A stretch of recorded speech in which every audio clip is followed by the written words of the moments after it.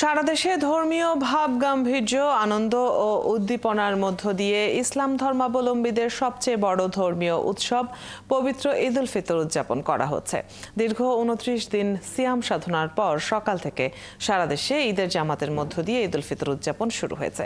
চট্টগ্রামে ঈদের প্রধান জামাত হয় জমিয়াতুল ফালাহ ঈদগাহে সকাল ৮টায়। রাজশাহীতে ঈদের প্রধান জামাত হয় হযরত শাহ মখদুম রাদিয়াল্লাহু তাআলা আনহু ময়দানে। একই সময়ে বরিশাল, রংপুর, সিলেট, বগুড়াতেও ঈদের প্রধান জামাত অনুষ্ঠিত হয়েছে। নামাজ শেষে কোলাকুলির মাধ্যমে সবাই একে অপরের সাথে আনন্দ ভাগাভাগি করে নেন।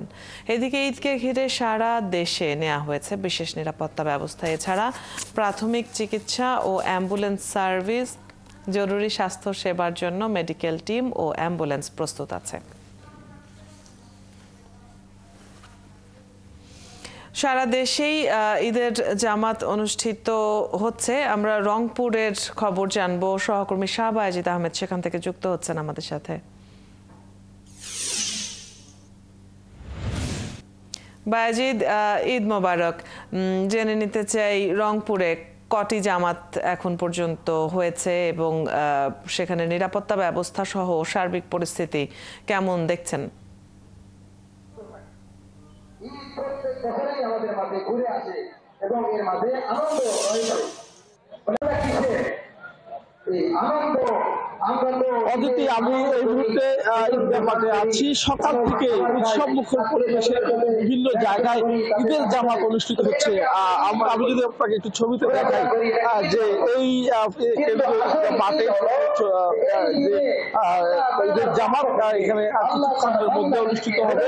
আর সকালে প্রথম জামাত অনুষ্ঠিত হয়েছে সকাল 8:30টায় কালেক্টর ঈদগাহ মাঠে, সেই নামাজ অনুষ্ঠিত হয়েছে। এছাড়াও সকাল 9:30টায় এই মাঠে অনুষ্ঠিত হবে এবং কেরামতিয়া, জামে মসজিদ, মুন্সিপাড়া কবরস্থান সহ রংপুর নগরীতে ৭৬টি ঈদের জামাত অনুষ্ঠিত হবে ৩৩টি ওয়ার্ডে। এছাড়া রংপুর জেলার ৮টা উপজেলায় সেখানে কিন্তু একসাথে নামাজ আদায় হবে এবং পাশাপাশি রংপুর বিভাগে রংপুর ৮ জেলার মধ্যে ৫৮টি উপজেলায় ঈদের জামাত অনুষ্ঠিত হবে এবং সবচেয়ে বড় ঈদের নামাজ হচ্ছে দিনাজপুরের যে জামাত, সেখানে এখন এখানে বয়ান চলছে। বিশেষ করে ধর্মীয় যে সম্প্রীতি এবং যে ত্যাগের মাস, ১ মাস অতিক্রম করে মুসলমানরা যে ঈদের নামাজ তারা নামাজ পড়ছেন এবং নামাজ অনুষ্ঠিত হয়ে গেছে ইতিমধ্যে।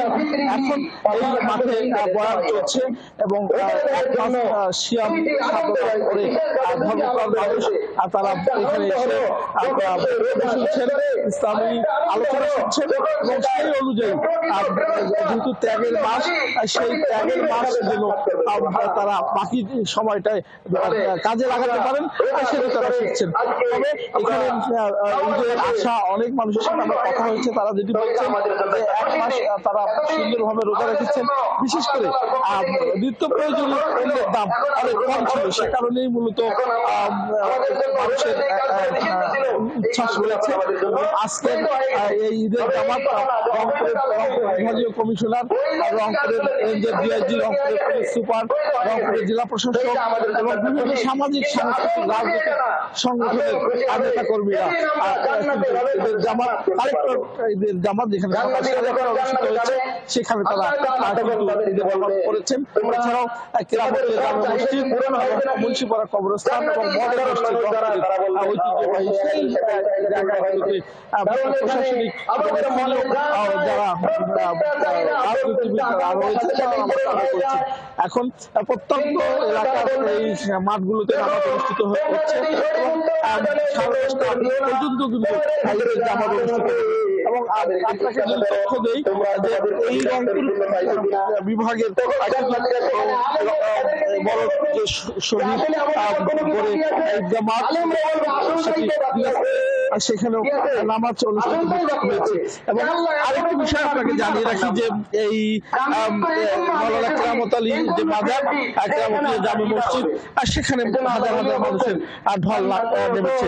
এবং এই যে এখানে যে মানুষের উদ্যোগ রয়েছে সেখানেও কিন্তু মানুষের ঢল রয়েছে এবং নানা বয়সী মানুষ নানা রঙিন পোশাক পরে নতুন সাজে তারা কিন্তু ঈদের মাঠে এসেছেন।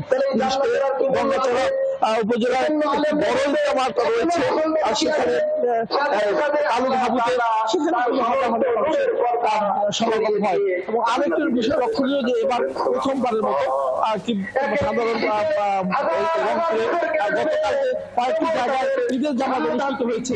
বায়েজিদ, আমরা আপনার মাধ্যমে দেখে নিচ্ছিলাম রংপুরে বিশাল জনসমাগম হয়েছে এবং সেখানে